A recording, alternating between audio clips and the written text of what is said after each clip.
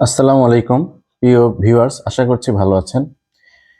আজকে আমি ষষ্ঠ শ্রেণীর গণিতের অনুশীলনী 1.3-এর 1 নাম্বার প্রশ্ন, মৌলিক গুণনীয়কের সাহায্যে গসাগু নির্ণয় করো, এই প্রশ্নটার খ এর সমাধান করে দিচ্ছি। তো আমার এই চ্যানেলে অঙ্কের বেসিক বিষয় এবং অনুশীলনীর সকল সমস্যার সমাধান করে দেওয়া হয়, তাই অবশ্যই আমার channel, YouTube channel basic math with Midha sir, এই চ্যানেলটাকে আপনারা সাবস্ক্রাইব করবেন।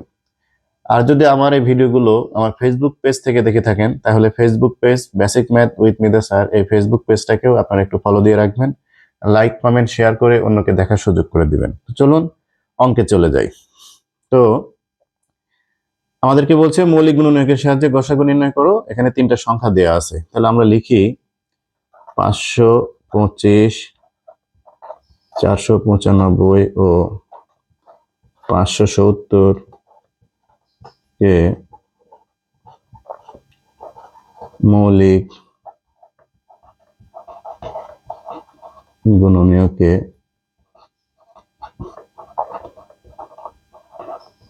বিশ্লেষণ করি। ঠিক আছে, কিভাবে মৌলিক গুণনীয়কে বিশ্লেষণ করা যায় আমরা আগে অঙ্কে শিখেছিলাম। এই যে 525-কে আমরা কি করব, একটা সংখ্যা দিয়ে ভাগ দেওয়ার চেষ্টা করব।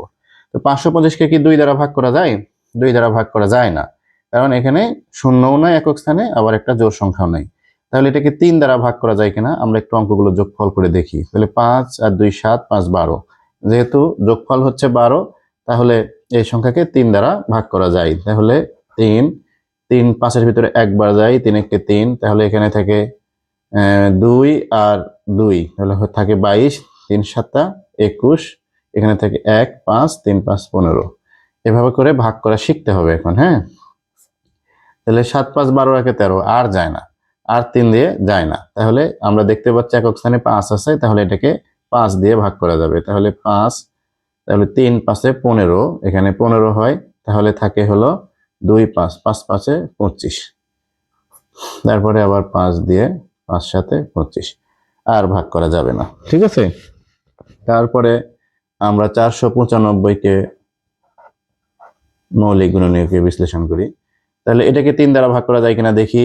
তাহলে 9 5 কত, 14, আর 4 18, তাহলে 18-কে 3 দ্বারা ভাগ করা যায়, মানে এই 495-কেও 3 দ্বারা ভাগ করা যাবে। এগুলো আমরা আগে শিখেছি, হ্যাঁ, এই জন্য আমি বুঝতে পারছি।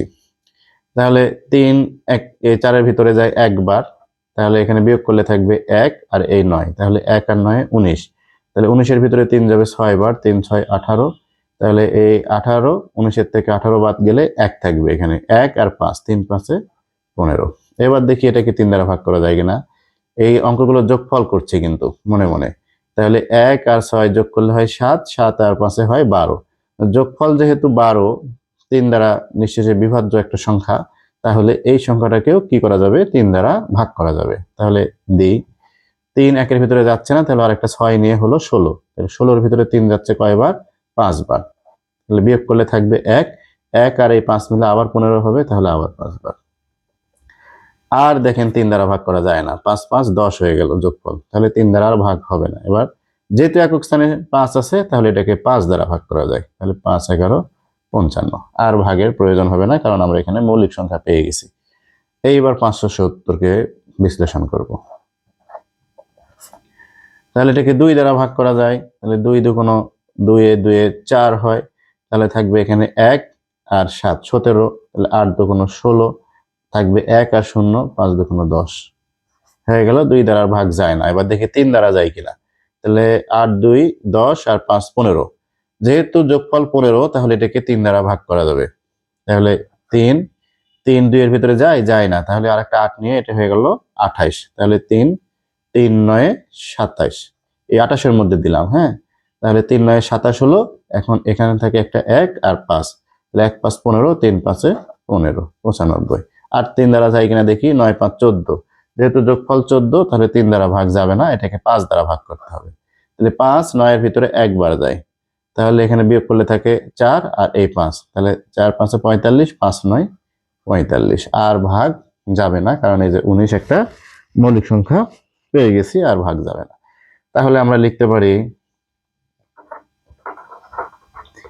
অর্থাৎ এই 525 সমান 3 গুণ 5 গুণ 5 গুণ এই 7।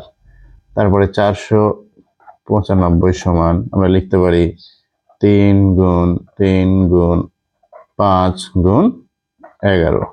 আবার আমরা লিখতে পারি 570 সমান 70 সমান লিখতে পারি 2 গুণ 3 গুণ 5 গুণ 19। এখন আমরা এই তিনটে যে গুণনীয়ক বের করেছি, গুণনীয়কে বিশ্লেষণ করেছি, এর মধ্যে সাধারণ গুণনীয়কগুলো আমরা বাছাই করব। আমরা লিখব কি, এখন এই 525,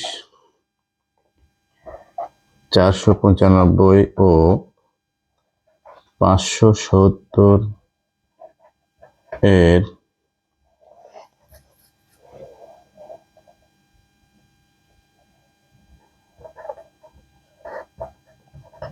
সাধারণ গুণনীয়ক সমূহ সমান, দেখেন এই 2 ধরি, তাহলে 2 শুধু এটার মধ্যে আছে আর কারোর মধ্যে নাই। এবার 3-এ আসি, দেখেন 3 এটার মধ্যে আছে, 3 এটার মধ্যে আছে, 3 এটার মধ্যে আছে, তাহলে একটা 3। এই যে এগুলোর বিনিময়ে আমরা লিখতে পারি হলো একটা 3 হয়ে গেল। এইবার দেখেন এখানে দুইটা 3 আছে ঠিকই, কিন্তু বাকি কোথাও আর দুইটা 3 নাই। হ্যাঁ, তারপরে এই 5-এর ক্ষেত্রে এবার যাই, 5 তিনটার মধ্যেই আছে, তাহলে 5 লিখে একটা। কিন্তু 5 আর কি একাধিকবার আছে? এখানে শুধু একাধিকবার আছে, আর কোথাও নাই। তারপরে তো এই 7 আলাদা সংখ্যা, 11 আলাদা সংখ্যা, 19 আলাদা সংখ্যা, অর্থাৎ আর কোনো সাধারণ গুণনীয়ক এখানে নেই। তাহলে অতএব নির্ণেয় গসাগু সমান 3 গুণ 5 সমান 15। অনেক ক্ষেত্রে অনেক স্কুলে উত্তর লিখতে বলে, হ্যাঁ, অঙ্ক এ পর্যন্ত লিখলেই কমপ্লিট হয়ে যায়। যেহেতু নির্ণেয় গসাগু লিখে দিয়েছি, এখানে শেষ। যদি কোনো স্কুলে উত্তর লেখার প্রচলন থাকে তাহলে আমরা লিখে দিব উত্তর 15। ঠিক আছে? তো এভাবে করেই আমরা এই অঙ্কটারও সমাধান করে ফেললাম। তো আপনারা যদি তৃতীয় শ্রেণী থেকে দশম শ্রেণী পর্যন্ত কোনো অঙ্ক বুঝতে সমস্যা হয়, তাহলে আপনারা আমাকে হোয়াটসঅ্যাপেও নক দিতে পারেন। আমার হোয়াটসঅ্যাপ নাম্বারটা আপনাদেরকে দিচ্ছি, 01735595906। এখানে শুধু অঙ্কের একটা ছবি তুলে আমাকে এই নাম্বারে পাঠিয়ে দিয়ে এর সলিউশন জানতে চাইলে আমি যখনই অনলাইনে আসি না কেন আপনাদেরকে সমাধান করে দেব। তো আমার কাছ থেকে যে অঙ্কের যে বেসিক বিষয় এবং অনুশীলনের বিষয় এবং হোয়াটসঅ্যাপের আপনারা অঙ্ক শিখতে পারবেন, এই জন্য আপনাদের প্রতি একটা অনুরোধ যে অবশ্যই আমার এই YouTube channel basic math with মিঠা স্যার, এই ইউটিউব চ্যানেলটাকে আপনারা সাবস্ক্রাইব করবেন। আর যদি ভিডিওটা ফেসবুক পেজ থেকে দেখে থাকেন তাহলে বেসিক ম্যাথ উইথ মিঠা স্যারের ফেসবুক পেজটাকে অবশ্যই ফলো দিয়ে রাখবেন। লাইক, কমেন্ট, শেয়ার করে অন্যকে দেখার সুযোগ করে দেবেন। সবাই ভালো থাকুন, সুস্থ থাকুন, এই কামনায় আজকে এখানে শেষ করছি। আল্লাহ হাফেজ।